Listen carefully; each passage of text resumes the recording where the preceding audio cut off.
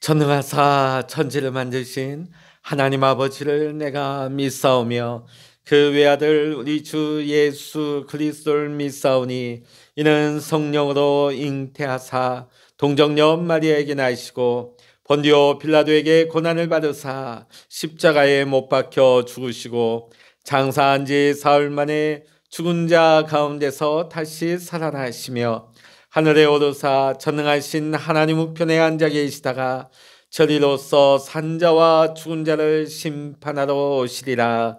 성령을 믿사오며 거룩한 공예와 성도가 서로 교통하는 것과 죄를 사하여 주시는 것과 몸이 다시 사는 것과 영원히 사는 것을 믿사옵나이다. 아멘. 찬송가 379장입니다. 찬송 379장입니다. 내 갈 길 멀고 밤은 깊은데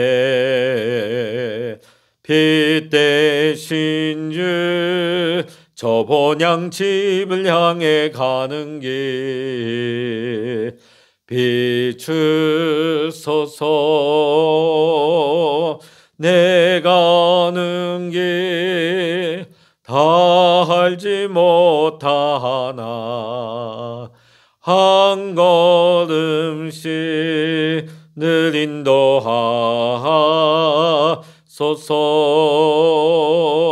이전에 방탕하게 지낼 때에 교만하여 맘대로 고집하던 이제이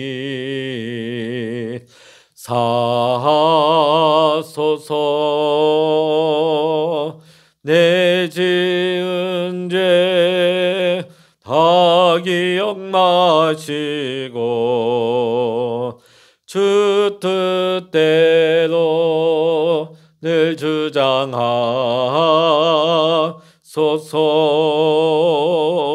이전에 나를 인도하신 주 장래에도 내 앞에 험산 줄령 만날 때에 도우소서. 밤 지나고 저 밝은 아침에 기쁨으로 내 주를 만나리.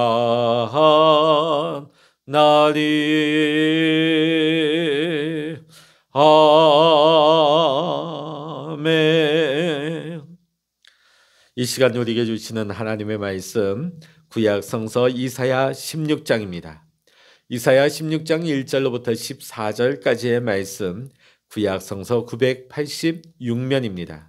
이사야 16장의 말씀 우리 같이 읽겠습니다.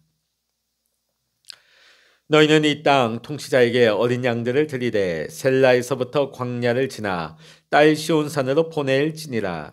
모압의 딸들은 아르논 나루에서 떠다니는 새 같고 보금자리에서 흩어진 새 새끼 같을 것이라.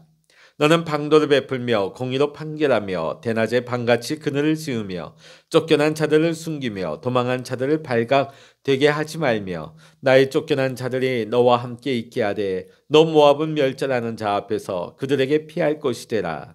대저 토색하는 자가 망하였고 멸절하는 자가 그쳤고 압제하는 자가 이 땅에서 멸절하였으며 다윗의 장막에 인재함으로 왕위가 굳게 설 것이요 그 위에 앉을 자는 충실함으로 판결하며 정의를 구하며 공의를 신속히 행하리라.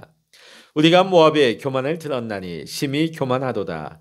그가 거만하며 교만하며 분노함도 들었거니와 그의 자랑이 헛되도다. 그러므로 모압이 모압을 위하여 통곡하되 다 통곡하며 길하레셋 건포도 떡을 위하여 그들이 슬퍼하며 심히 근심하리니 이는 헤스본의 밭과 신마의 포도나무가 말랐습니다. 전에는 그 가지가 야센에 미쳐 광야에 이르고 그 싹이 자라서 바다를 건넜더니 이제 열국의 주권자들이 그 좋은 가지를 꺾었도다. 그러므로 내가 야셀의 울음처럼 신마의 포도나무를 위하여 울리라. 헤스본이여 엘르알레여 내 눈물로 너를 적시리니 너의 여름실과 내 농작물의 즐거운 소리가 그쳤습니다. 즐거움과 기쁨이 기름진 밭에서 떠났고 포도원에는 노래와 즐거운 소리가 없어지겠고 틀에는 포도를 밟을 사람이 없으리니 이는 내가 즐거운 소리를 그치게 하였습니다. 이러므로 내 마음이 모압을 위하여 수금같이 소리를 바라며 내 창자가 길하레셋을 위하여 그러하도다. 모압이 그 산당에서 피곤하도록 봉사하며 자기 성소에 나아가서 기도할지라도 소용없으리로다. 이는 여호와께서 오래전부터 모압을 들어 하신 말씀이거니와 이제 여호와께서 말씀하여 이르시되 품꾼의 정한 때 해와 같이 3년 내에 모압의 영하와 그 큰 무리가 능욕을 당할지라. 그 남은 수가 심히 적어 보잘 것이 없이 되리라 하시도다. 아멘. 할렐루야. 오늘도 함께 기도하시는 우리 사랑하는 모든 믿음의 성도 여러분에게 오늘도 하나님의 크신 은혜와 평강의 축복이 함께 하시기를 주의 이름으로 간절히 축원합니다. 이사야 15장으로부터 시작된 모압에 대한 멸망의 예언이 오늘 16장에서도 계속 이어지고 있습니다. 이 모압 쪽은 이스라엘과 형제관계라고 했습니다. 자, 그러다 보니까 이 모압에 대해서는 다른 열방들의 심판의 예언과는 다른 내용이 있습니다. 이 예언 속에 보니까 하나님의 심판을 면할 수 있는 두 가지 방법이 제시되고 있습니다. 이것은 심판 중에도 자비를 베푸시는 하나님의 자비의 모습인 것입니다. 자, 첫 번째 심판을 면할 수 있는 방법은 다윗 왕가가 다스리는 남유다에 조공을 바쳐서 화친하라는 것입니다. 자, 단순히 이것은 어떤 물적인 조공만을 의미하는 것이 아닙니다. 이 속에는 영적인 의미가 담겨 있습니다. 모압이 유다의 조공을 바친다 하는 것은 모압의 진정한 안전은 다윗 왕가의 궁극적인 계승자로 오실 예수 그리스도에게 복종할 때에만 구원을 받을 수 있다는, 참된 안전을 받을 수 있다는 것이 거기 영적 교훈이 담겨 있는 것입니다. 이때까지 모압은 산당에 엎드려서 우상을 숭배하며 살아왔습니다. 그로 말미암아 너희들이 이제는 심판을 받게 되었지만 너희가 이 심판으로부터 면하려면 하나님께 복종하고 하나님을 따르는 하나님의 백성이 되어야 한다는 것입니다. 하나님의 백성이 되어야만이 하나님의 심판을 면할 수가 있는 것입니다. 이건 아주 명확하고도 기초적인 구원의 조건으로 제시되고 있는 것입니다. 두 번째, 그들이 심판을 면할 수 있는 방법은 피난민이 된 유다 백성들을 도와주라는 것입니다. 4절의 말씀 보면 나의 쫓겨난 자들이 너와 함께 있게 하되, 자, 이건 뭐냐면 아수르의 침략으로 인해서 쫓겨난 피난민이 된 유다 백성들에게 친절을 베풀라는 것입니다. 요 최근에 보면 우크라이나 난민들이 인근 국가로 막 몰려들 때에 폴란드가 또 주변 국가들이 그 난민들을 수용하고 따뜻하게 맞이하는 모습을 여러분 보았을 것입니다.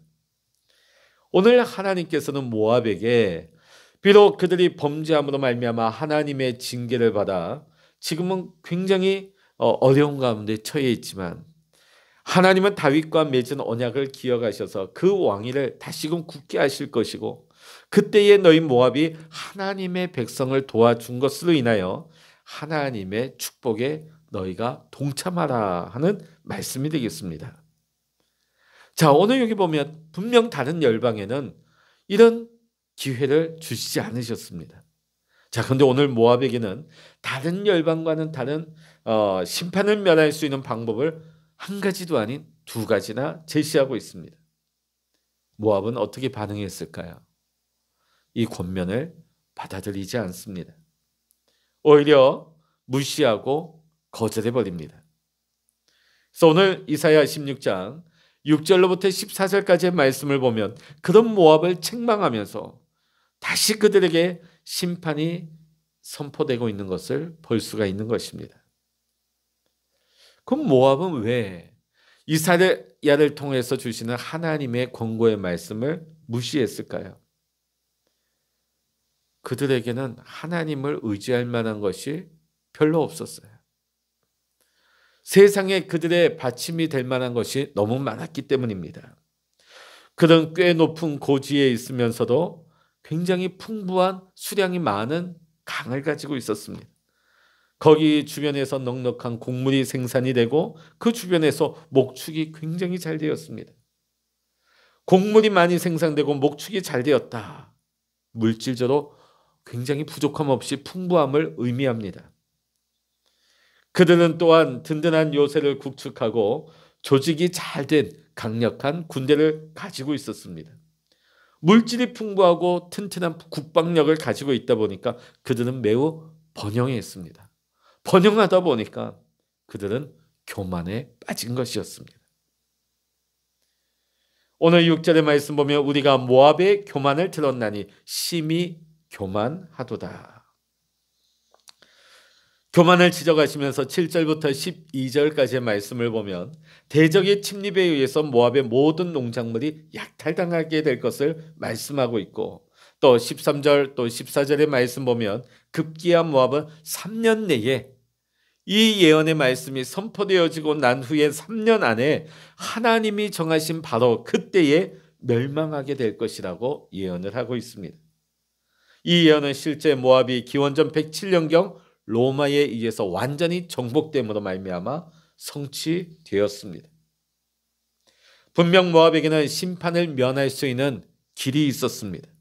그러나 그들의 교만함으로 인하여서 그 하나님의 권고를 듣지 않고 멸시하고 무시하다가 결국 그들은 멸망하고 만 것입니다. 오늘 우리가 이 말씀을 통해서 우리가 마음에 새겨야 할 것은 하나님의 권고를 우리는 잘 들어야 한다는 것입니다. 모압은 하나님의 권고를 들었지만 무시했습니다. 이거는 단순히 인간 이사야가 말한 것이 아닙니다. 하나님께서 이사야 선지자라고 하는 그 입술을 통하여서 그 도구를 통하여서 하나님이 모압에게 직접 말씀하셨습니다. 그러나 모압은 귀를 닫아버렸습니다. 하나님의 권고를 무시하는 결과를 낳고 말았습니다. 잠언 12장 15절의 말씀 보면 미련한 자는 자기의 행위를 바른 줄로 여기나 지혜로운 자는 권고를 듣느니라고 했습니다.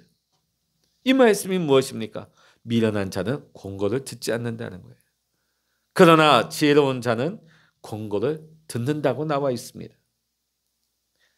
잘 알려진 이야기 가운데 미국의 두 청년의 이야기가 있습니다. 이 두 청년이 도박장을 향해 걸어가고 있다가 한 청년이 그 가는 길에 있는 작은 교회의 문 앞에 있는 설교 제목을 보았습니다. 죄의 삭슨 사마. 그 순간 이 문구를 본 한 친구는 강한 죄의식을 가지게 되었습니다. 그리고 교회 가고 싶다는 마음이 강하게 들어왔습니다. 그 순간 성령님께서 그의 마음을 두드리시고 권고하신 것입니다. 이 청년은 자신 안에서 말씀하시는 성령의 권고를 무시하지 않고 그 권고를 받아들였습니다. 그리고 그 권고에 순종하여 교회로 가기로 작정합니다. 옆에 함께 가고 있던 친구에게도 교회로 함께 갈 것을 권면했지만 그 친구는 거절하고 가던 길을 멈추지 않고 도박장으로 갔습니다.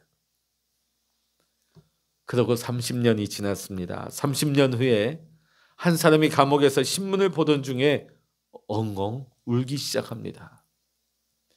신문 일면에 실린 기사의 내용이 그날 대통령에 취임한 미국 22대 대통령 클리블랜드 대통령에 대한 기사였기 때문입니다. 감옥에서 신문을 보며 울던 그 친구는 30년 전에 도박장으로 가던 친구였고 22대 대통령 클리블랜드는 성령님의 권고하심을 무시하지 아니하고 받아들이고 순종하여 교회로 갔던 친구였던 것입니다. 이와 같이 하나님은 오늘도 우리에게도 말씀을 통하여서 우리에게 권고하십니다. 하나님은 여러 가지 방법과 루트를 통하여서 우리에게 권고하십니다. 성경 말씀을 통하여서도 말씀하시고 설교의 육성을 통하여서도 우리에게 말씀하시며 또 우리 주위에 있는 사람들의 그들의 입술을 통하여서도 하나님은 말씀하십니다.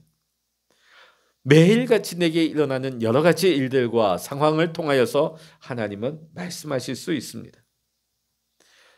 우리는 이 다양한 하나님의 권고하심에 대해서 우리를 향하신 하나님의 권면하심에 영적인 귀를 열고 귀를 기울이고 그 권고를 받아들일 수 있는 우리가 되어야 할 것입니다. 오늘 우리가 본문 말씀을 통하여서 우리가 마음에 또 새겨야 할 한 가지는 교만하지 말아야 한다는 것입니다. 모압의 멸망의 원인은 결국은 교만이었습니다. 그들의 부요함과 강성함으로 인하여서 그들은 하나님을 별로 필요로 하지 않았습니다. 결국 그것이 그들을 교만하게 만들었고 그 교만함이 그들의 패망의 원인이 된 것입니다.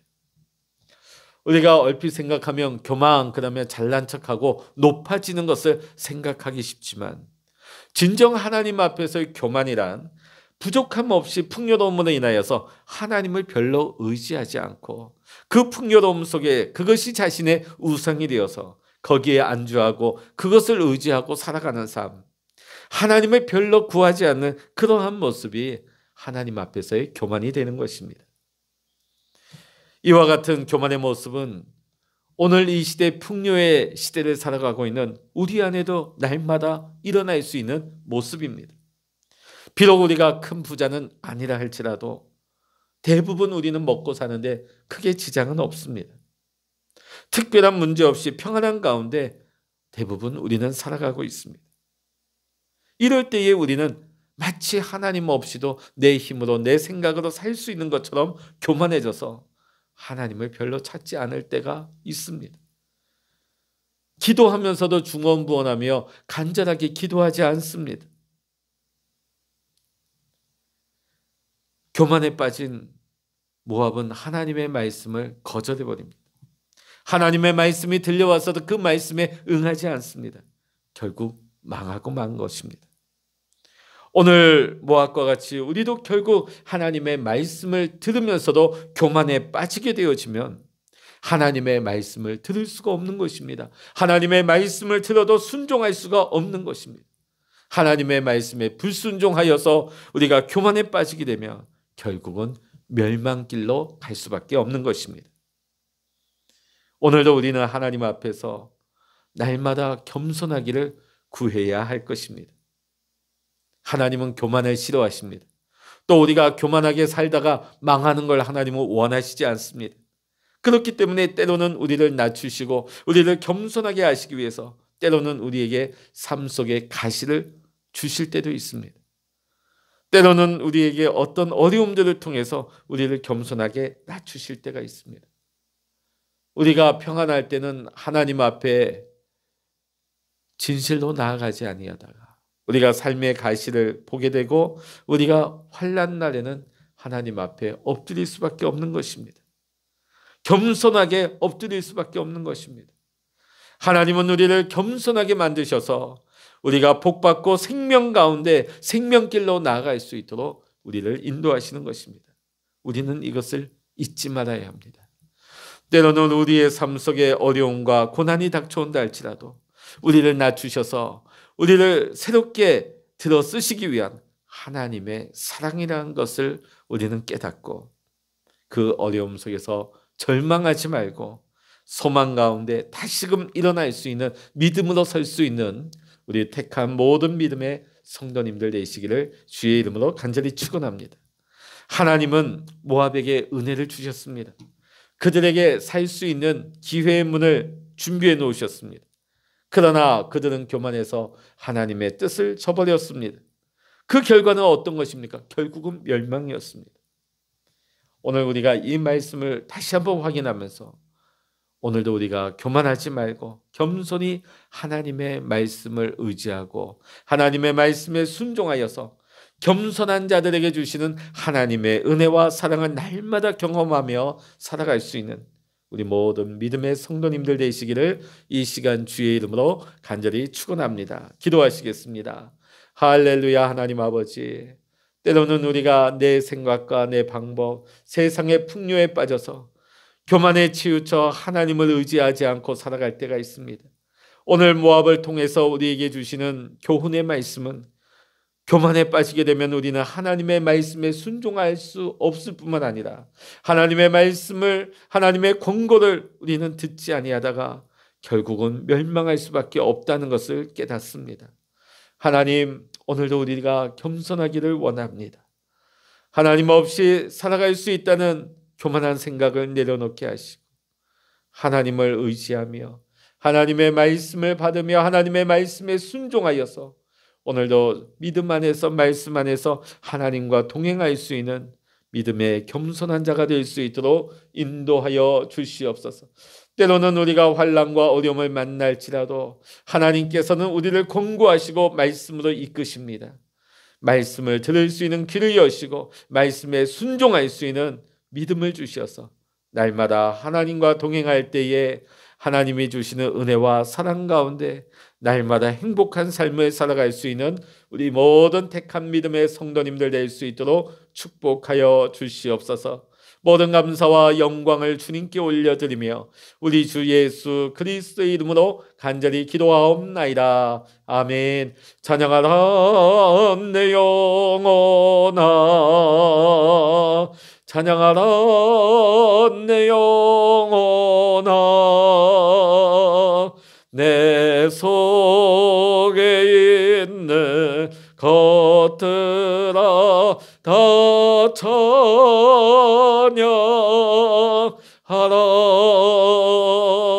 기도하라 내 영혼아, 기도하라 내 영혼아, 내 속에 있는 것들아 다 기도하라. 주여, 열창을 합심하여 기도하십니다. 주여,